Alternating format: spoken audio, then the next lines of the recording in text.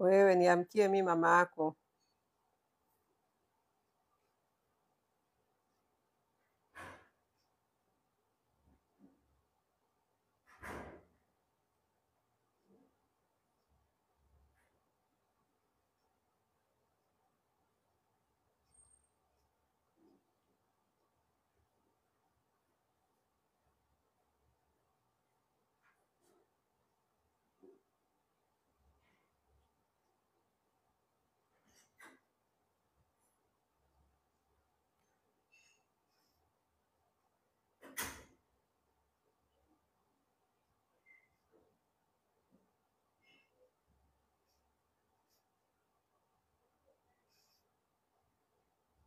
Oh, sijaganda, nasubiri maswali. Sijaganda, nasubiri maswali, lakini amkia. Amkia mimi mama yako. Uwe na heshima, uwe na adabu. Amkia.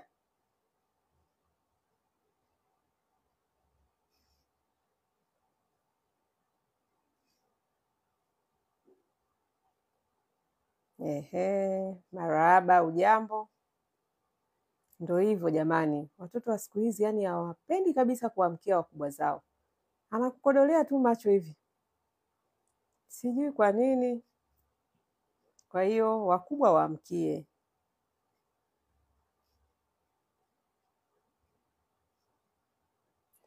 Hai mam, japo mzazi akosei. Mzazi akosei vipi sasa? Wewe usipoamkia wakubwa, mi naona ni kosa la mzazi wako. Hajakufundisha adabu, heshima. Lazima mzazi akufundishe namna ya kuingia kwenye maisha ya duniani. Asipokufundisha ndio wewe unaingia, unajifunza chochote unachojifunza, ndio unaona ndio maisha yanavyotakiwa kwenda. Kumbe sio hivyo. Ndio maana neno la Mungu linasema mlee mtoto katika njia impasayo, naye hata iacha mpaka atakapokuwa mzee. Biblia haidanganyi. Ukiwafundisha vizuri watoto wako, watakuwa ni watoto wenye heshima, wenye adabu na wataishi vizuri. Lakini usipowaandaa namna ya kuingia duniani, watakuja kuingia wanashika kila kitu. Kila kitu mtoto anataka kujaribu. Kwa sababu gani? Hujampa guidelines, hujampa miongozo ya kimaadili mizuri. Haya, shida wakubwa nao hawataki shikamoo, wanasema tunawazeesha. Hapana, mimi kwa kweli shikamoo naitaka. Unzeeshe vipi wakati mimi nakuzidi? Sijui, lakini wewe mwamkie. Ukimwona mtu mkubwa kwako, mpe shikamo yake. Kama hataki basi atakwambia kama hivyo, haya utaachana naye. Lakini kiukweli, yani wewe mwenyewe utakuwa unajua adabu imepungua sana. Yani unakutana na vitoto vidogo, lakini wala hawana habari. Mpaka umwambie, yani wewe mbona uamkie? Mbona usalimii? Hivyo. Mnazungumzia nini? Hamna hata la maana zaidi ya maswali hapo na salamu. So far point yangu kubwa tu, mimi nakuja hapa kwa ajili ya maswali. Mtu yote ambaye ana swali kuhusiana na fursa zetu, especially maswali ya kujenga, maswali ya faida, maswali yenye tija. Unahitaji kazi, unataka kujua taratibu zetu, unahitaji dada wa kazi, hivyo na yale general ya kujitambua, maswali ya kujitambua kwa kiujumla, ili uweze kuboresha maisha yako. Yani maswali yanayolenga kuboresha maisha, period. Hayo ndio maswali ya msingi ambayo huwa nayapenda. Boresha maisha yako, kutokuwa tegemezi. Wanawake wanapenda sana kutegemea wanaume, wanafikiri hatima ya maisha yao iko kwa wanaume. Hivyo, yani kuboresha maisha yako, kutokuwa tegemezi, kujisimamia, kuhakikisha unakuwa ni mwanamke kama wa Mithali ya 31. Manake unatija, una faida, familia yako inafurahia uwepo wako kwenye maisha yao. Unaona mashamba unanunua, ili ununue mashamba lazima uwe na kipato, lazima ujifunze kutengeneza kipato. Napenda sana kutoa mfano wa Roho Mtakatifu ambaye ni msaidizi kwa wale ambao wanaijua Biblia au Wakristo wanaelewa Roho Msaidizi. Mungu alivyomuumba mwanamke, alimuumba kuwa msaidizi kwa mwanaume. Sasa tumekuja kugeuka kuwa magolikipa, tumekuja kugeuka kuwa mategemezi, tumekuja kuwa yani watu ambao hatuna tija. Tunachojua tu ni kuzaa, then unazaa watoto ambao huwezi kuwahudumia. Matokeo yake unaanza kuhangaika. So kazi yangu mimi ni kuwakumbusha wanawake kusudi ambalo Mungu alitupa la kuwa wasaidizi. Tujiandae kuwa wasaidizi, tusikimbilie shortcut za kutaka kuwa tegemezi na kuona unafuu huko kwa wanaume.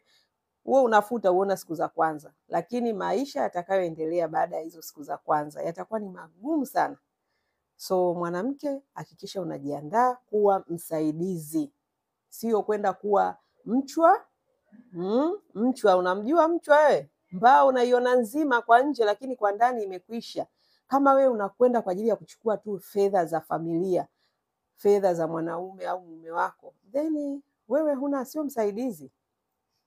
Inabidi uwe na jina lingine, sio msaidizi. Lakini kwa mwanamke ambaye una ndoto ya kuwa msaidizi siku moja, kwamba una familia, una mume, lazima ujiandae kuwa msaidizi, na sio kwenda kuchukua kwenye familia, kwenda kuongeza. Kama ambavyo mwanaume anakupa mbegu tu, alafu ile mbegu wewe unaigeuza inakuwa mtoto, basi huo uwezo upo katika kila kitu. Upo pia katika uchumi, upo pia katika maendeleo ya familia kwa ujumla. Hiyo nguvu na uwezo wa mwanamke amewekewa ndani yake kama uwezo wa Roho Mtakatifu. Roho Mtakatifu tunajua kazi zake. Kama hujui kazi zake, soma Injili. Ukisoma Injili, kazi zote ambazo Kristo alizifanya ni kwa uweza wa Roho Mtakatifu. So huyo Roho Mtakatifu ndio tunaye katika ulimwengu wa roho. Katika ulimwengu wa mwili, mwanamke amepewa hicho cheo. Katika ulimwengu wa mwili, sisi tunaishi kama wasaidizi katika mwili. Haya, somo hilo, umelielewa hilo somo? Ukilielewa usumbuki, ukilielewa upati shida. Ngoja nikuletee swali, maana wewe ni ChatGPT. Hapana, mimi sio ChatGPT, lakini hiyo ChatGPT iko hapo kwa ajili ya kukusaidia. But kama unataka kufahamu fursa za Wadada Center, sidhani kama ChatGPT itakuelekeza fursa zetu. Na hata kama itakuelekeza baadhi tu, lakini ukitaka information utazipata kwangu mimi ambaye nahusika na mradi wa Wadada Center. ChatGPT sio kila kitu. Sio kila kitu. Wakati mwingine ina stupidity, ina information ambayo ni error, kwa sababu hizo information inayokupa sio za ukweli. Nyingi pia ziko za uongo, kwa sababu inakusanya taarifa ambazo zimewekwa na watu. Kwa hiyo my friend, usije ukajidanganya kwamba ChatGPT ndio nyingi tu kupitia huko kwenye hizo ChatGPT. Okay? Umeona nimekusaidia? Haya.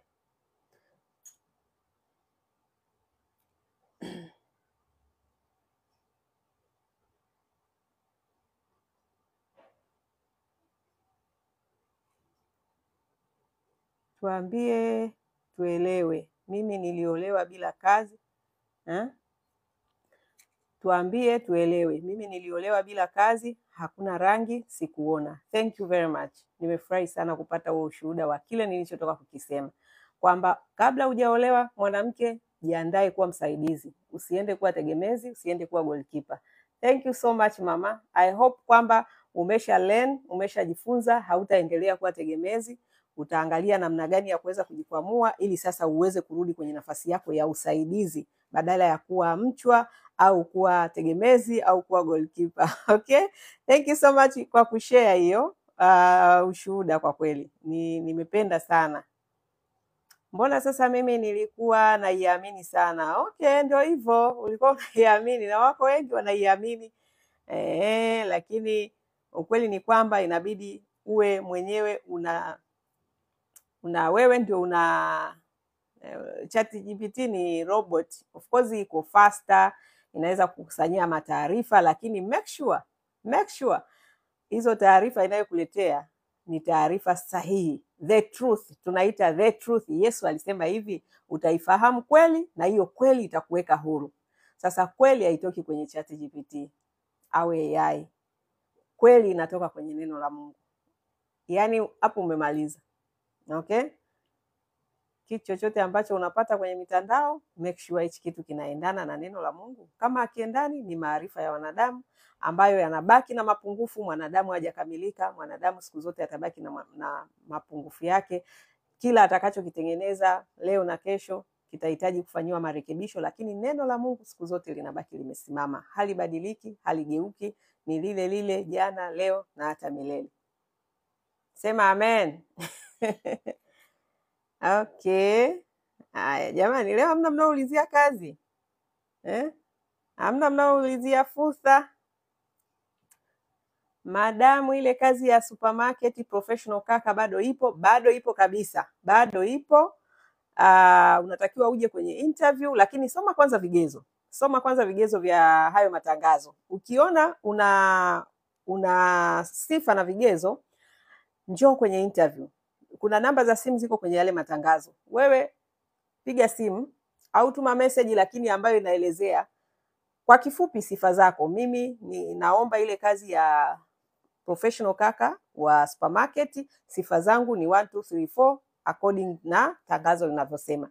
Watakujibu chapu, watakupigia simu au watakutumia message ili wakupe maelekezo ya kuja kwenye interview. Okay? Na ukija kwenye interview, ndugu yangu, jana nilishare content za interview tulikuwa tunaifanya jana, ili upate idea. Unapokuja, njoo ukiwa umejipanga. Usije kama mtu uliokurupuka. Njoo ukiwa umejipanga kutokana na tangazo linavyohitaji, kwa sababu ukija hapa ndio hayo maswali utakayopigwa ambayo yako kwenye tangazo. Una uzoefu haya, uzoefu wako ni wa muda gani, umefanya wapi?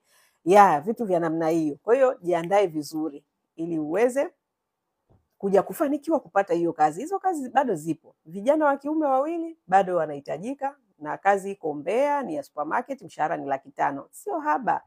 It's something, ni kitu kikubwa sana. Sawa Haya, sasa umeona maswali hayo, sasa hayo ndio maswali nilikuwa nayatafuta. Haya.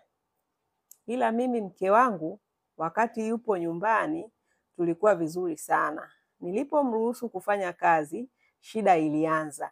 Kwanza nataka niulize, shida gani ilianza? Tuanzie hapo. Shida gani ilianza ili niweze kukusaidia. Unaweza ukafikiri shida imeanza kwa mke wako, ukakuta bado shida iko kwako. Soma SMS yangu hapo juu. Ndio hiyo nimesoma kwamba wewe ulimruhusu mke wako wakati yuko nyumbani. Okay, unasema dharau sana. Kivipi? Kivipi ndugu yangu? Hiyo dharau yani anafanyaje mpaka wewe unaitafsiri kama dharau? Okay? Nataka, bado sijaweza kupata picha. Na wanaume wengi kweli wanasema kwamba mwanamke akipata kipato anakuwa na dharau, lakini wanaiweka general. Ukienda ndani zaidi unakuta ni zaidi ya hicho wanachosema. Ni wanaume wengine, sijajua kwa kesi yako, lakini kuna wanaume wengine wanashindwa kuadapt na mazingira ya sasa, ambayo pengine huyo mke wako kuna vitu anaweza asifanikiwe kuvifanya ambavyo alikuwa anavifanya kutokana na majukumu alionayo, shughuli alizonazo. Kwa hiyo lazima mwanamume pia aweze kumwezesha mke wake kufanya hizo kazi anazofanya. Kivipi sasa? Yani tungekuwa na mifano ingekuwa vizuri. Yani ningejua wewe ukaniambia dharau hizo ambazo amekuonyesha ni nini ambacho amefanya kwako ukakitafsiri kama dharau. Then kama ni hivyo tutasema ni hivyo, kama sio tutakuelekeza. Mtu anayeleta mambo yake huku ajitathmini, maana bado hajakomaa kifikra. Mtu anayeleta mambo yake huku ajitathmini, maana bado hajakomaa kifikra. Yani sijaelewa hii message. Mtu anayeleta mambo yake huku ajitathmini, maana bado hajakomaa kifikra. Kwa hiyo mambo yake ayapeleke wapi? Au hajakomaa kifikra kwa nini?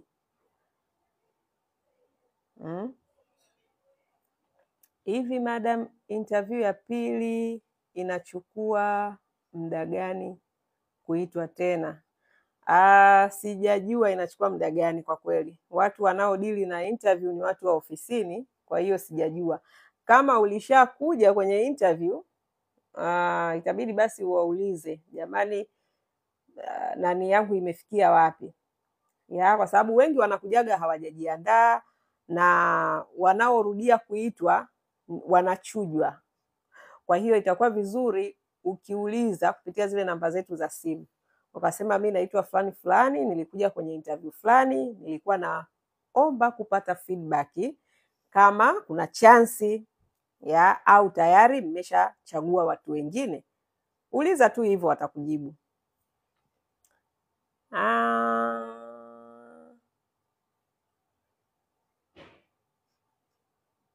Keni, habari ya wapi? Haya. Okay. So kuna mambo mawili ya msingi sana.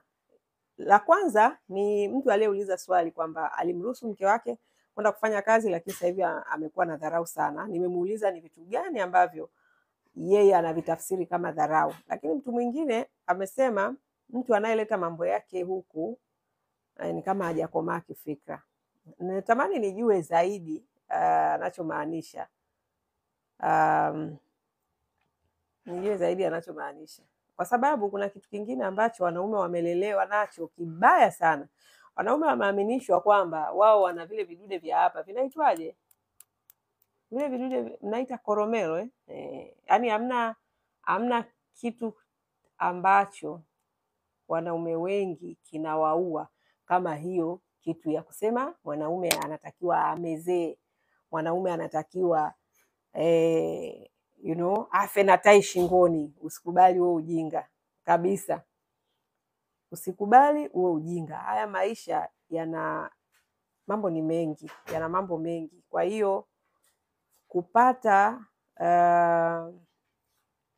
kupata ushauri ni vizuri, ni vizuri sana ukatafuta ushauri, sio sehemu moja. Jaribisha kupata ushauri kwa watu wako unaowaamini, wakushauri kutokana na situation unayoipitia. Lakini usikubali hiyo biashara kuambiwa wanaume wanakufa na tai shingoni, kama huyo anayesema mtu anayeleta mambo yake huku. Okay, sasa hivi dunia iko kiganjani. Dunia iko kiganjani. Kama mimi vitu vingi sana najifunza hata sio vya Tanzania, yaani navipata kutoka mbali sana. So nashukuru Mungu kwamba na vinanisaidia, vinanipa peace of mind.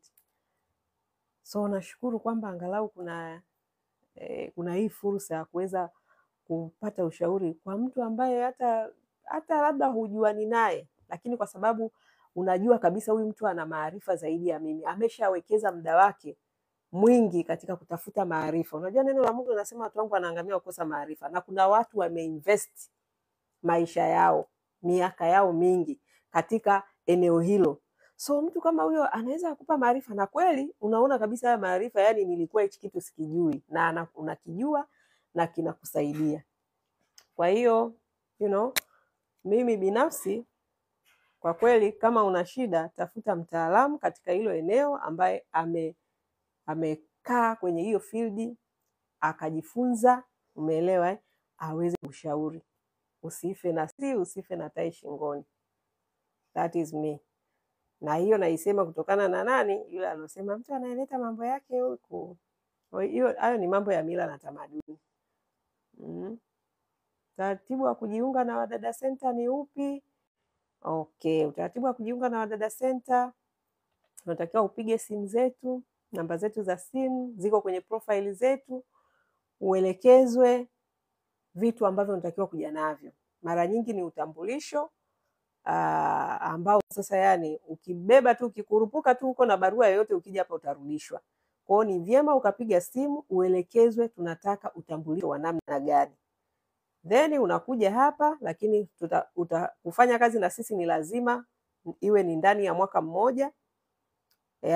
Haulipi keshi, lakini commitment ya mwaka mmoja ni lazima. Yaani hiyo ni lazima. Kwa hiyo ndani ya mwaka mmoja ufanye kazi chini ya mradi wetu na kwa utaratibu tunao kuelekeza sisi. Yale mambo ya kusema mabosi hawa wana roho mbaya, mabosi wa siku hizi, mabosi yani sisi hayo mambo hatuna hapa kabisa. Sisi hapa tunatakiwa kukaa na kujua mabosi wana shida gani tukazitatue, na sio bosi anakwambia mimi fua nguo zangu Jumatatu mpaka Ijumaa, Jumamosi ndio utafua nguo zako, alafu unasema bosi ananyanyasa na roho mbaya. Amekuita nyumbani kwake ukafanye kazi zake, na unatakiwa ukafanye kazi zake vile anavyotaka yeye. Sasa kama unataka kwenda nyumbani kwake ukafanye kwa masharti yako, Wadada Center usije. Wadada Center tunakwenda kufanya kazi kwenye nyumba za hawa watu ambao wana pesa, tunazotaka hizo hela tuzibadilishe zitoke kwenye mifuko yao au kwenye akaunti zao zije kwenye mifuko yetu au kwenye akaunti zetu, lakini kwa njia ya unyenyekevu, kwa njia ya kuwasikiliza, kwa njia ya kufanya shughuli zao kwa upendo, kwa passion, kwa ari, kwa shauku. Kwa hiyo ndio culture yetu. Na tena tukiongozwa na neno la Mungu, tukiwa waaminifu, tukiwa waadilifu na tukiwa wachapakazi. Kama hizo sifa unaziweza, kama utaweza kuadapt hiyo culture, karibu, milango iko wazi. Ila piga simu uelekezwe, unatakiwa uje vipi yani. Haya, nafikiri mpaka hapo nimepata maswali mazuri ya kazi zetu, lakini pia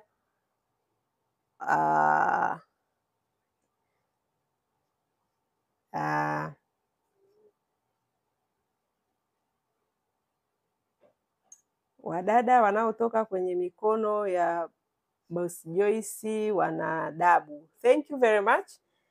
Nashukuru sana.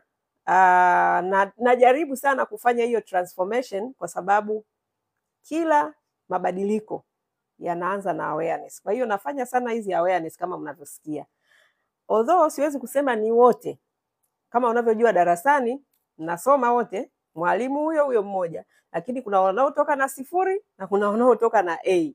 Kwa hiyo nisingependa kusema kwamba wadada wote wanaotoka kwa Joyce, hapana. Wako wale ambao wanatulet down, wanaendelea kubaki na tabia zao za ujeuri, na ndio maana uwaga na warudisha kwenye vipindi na kuwarekebisha pale, japo mnaonaga kama vile nawaaibisha.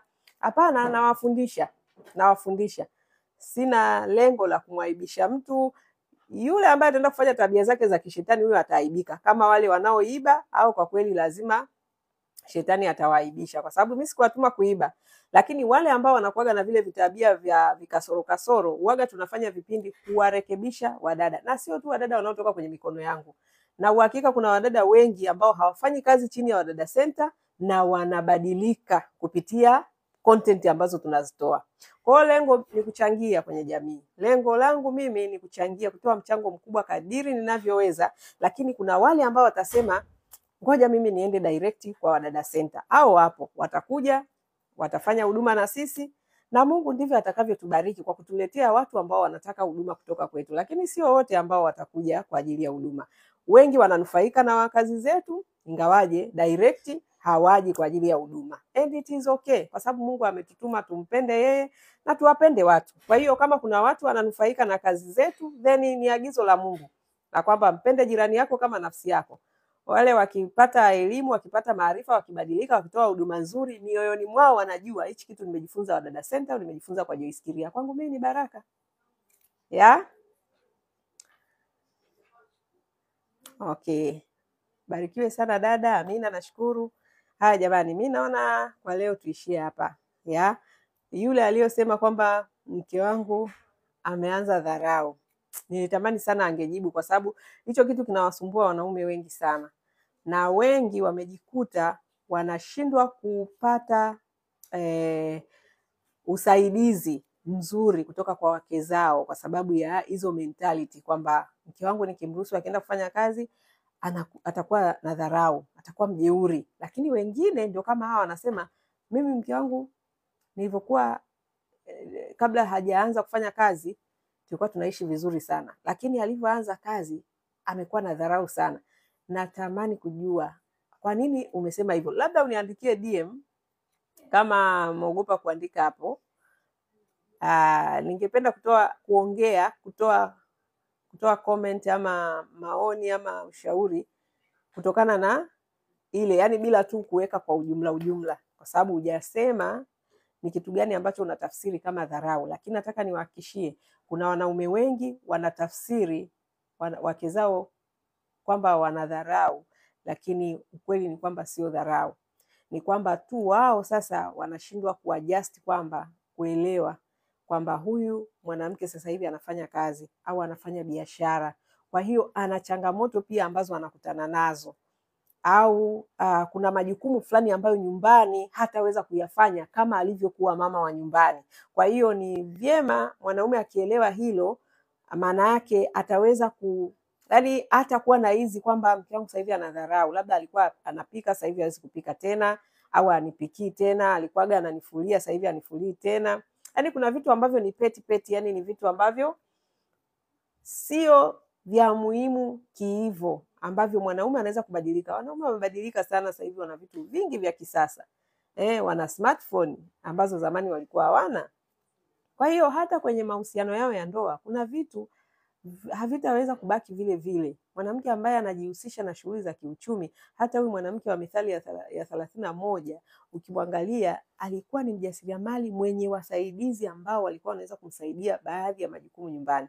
Nasema hivi kwa sababu kuna baadhi waga wanaona kwamba huyu mwanamke sasa hivi anafanya biashara, sasa hivi anafanya kazi, haji tena nyumbani, hanipikii tena, hanifulii tena, afanye nini? Yaani kuna vile vitu vya nyumbani vile ambavyo unakuta huyu mama naye anachoka, anachoka. Kwa hiyo sitaki kukazia sana hapo, hiyo nimeitolea tu mfano ambao sasa huo, yani huwezi kusema mke wangu ananidharau kwa sababu anipikia au anifulii. Na mimi nimewahi kusema nikasema yani kwa majukumu ambayo mimi ninayo na msaada mkubwa ambao nautoa kwa familia yangu, kwa kweli ukisema kwamba sasa na mimi tena nirudi nianze kupika, nianze kufua, itakuwa that is not fair, kwa sababu tayari huku kuna nguvu kubwa sana naitumia upande mwingine. So huku kuna watu wanaweza kutusaidia angalau wakatupunguzia hayo majukumu, na mwisho wa siku yani mwisho wa siku mahusiano au ndoa sio kupika, kufua, yani ni zaidi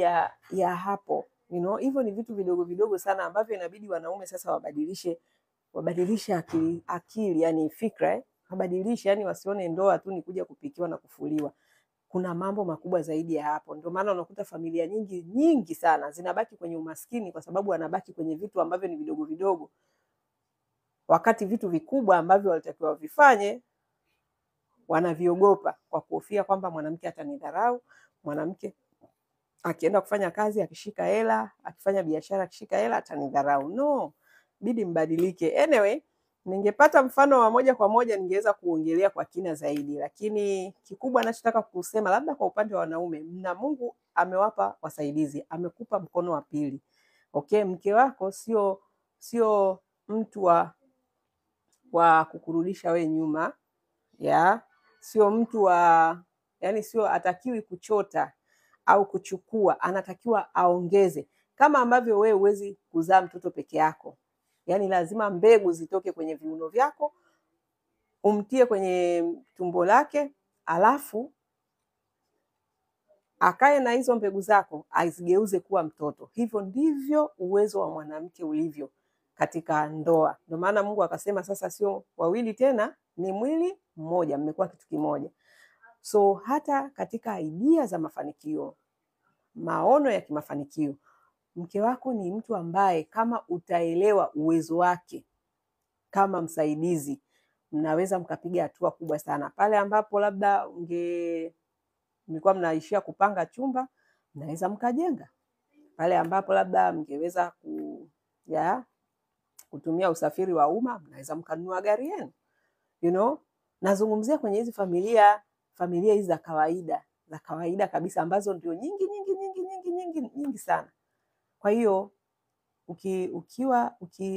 ukimwangalia mwanamke kama msaidizi, sio golikipa, sio tegemezi, sio mama wa nyumbani, umwangalie kama jicho la Mungu la msaidizi, kama Holy Spirit, Roho Mtakatifu ambaye tunamwangalia kama msaidizi. Ukifanya hivyo, nataka nikuhakikishie utakuwa na maisha mazuri, utaishi vizuri sana. Ile dhana ya kwamba wanaume wanakufa sana wajane ni wengi, wanawake wajane wanabaki wengi, nafikiri hiyo rate hiyo itapungua, wanaume watapungua kufa. Anyway, mimi binafsi huwa nawauliza wadada, apart from sex, ni nini kingine unaweza ukachangia mezani? Ehe. Wewe unawauliza. Okay. Swali zuri. Yeah. Swali zuri, ingawaje wadada wenyewe hilo swali hawalipendi, ila ndio ukweli. Yeah, wadada hawapendi kabisa kwa sababu wamelelewa. Mwanaume anayekuuliza hivyo, yani kimbia. Huyo sio mume. Kwa hiyo anyway, nisitaki live iwe ndefu sana. Kwa hiyo ukiuliza hivyo hawapendi. Anaweza kukuona kama ni mwanaume ambaye unataka kupata mwanamke wa kukulea. Hawana majibu. Sio tu hawana majibu, na hisi pia huwa hawarudi tena. Hawana tu majibu au wanakukimbia moja kwa moja. Anasema wanawake wa sasa hivi Mungu awasaidie tu, maana kuna kitu wanakiita sasampa. Ndio nini hiyo? Mungu wangu jamani. Haya, mimi hiyo kwa kweli sijui hicho kinachoitwa sasampa ni kitu gani. Lakini kuna mtu kaongea vizuri sana. Nimekuuliza, ukimuuliza mwanamke kwamba zaidi ya sex kuna kitu gani anaweka mezani, unapataga respond gani? Wanaendelea kubaki au ndio akutafuti tena na kupiga na block kabisa? Nywele yako nzuri sana dada Joy, nashukuru, asante. So hii mada tuiweke kiporo basi, kesho tuanze nayo, maana hii ni ndefu, yani ni mada nzito, tuende nayo deep. Kesho tukutane tena kwenye live, tuendelee na hii mada. Naiona hii ni mada ambayo kidogo ni nyeti, alafu muda umeenda. Nataka kazi. Kama unataka kazi, chukua namba zetu hapo kwenye profile, upige simu, utaelekezwa utaratibu wa kupata kazi. Wanawake wengi wako kimaslahi. Ukiwa unacho wanaonyesha utulivu, ukikosa ndio utajua. Mdahalo kabisa huu. Basi huu mdahalo vipi? Kesho tuanze nao. Kesho weka notification hapo, kesho hiyo ndo mada tuje nayo hiyo, kwamba wanawake wako kimaslahi. Wanawake wanaweka nini mezani zaidi ya tendo? Tuje nayo kesho. Saa ngapi? Swali zuri. Sasa sijui nifanyeje. Kwa kweli saa hapa nitadanganya, na mimi sitaki kudanganya, ila nitajitahidi nije hewani jioni, ila sijajua saa ngapi. Wewe hebu fanya tu kuweka notification, nikiingia hewani sinaweza kukuonyesha jioni. Yes, jioni, yani mida hivi kuanzia saa 12:30 kuendelea hapo, muda wowote tuje tujadili vizuri hili jambo. So guys, thank you so much. Jioni tukutane kesho jioni, Mungu akipenda. Asanteni sana, mwe na jioni njema.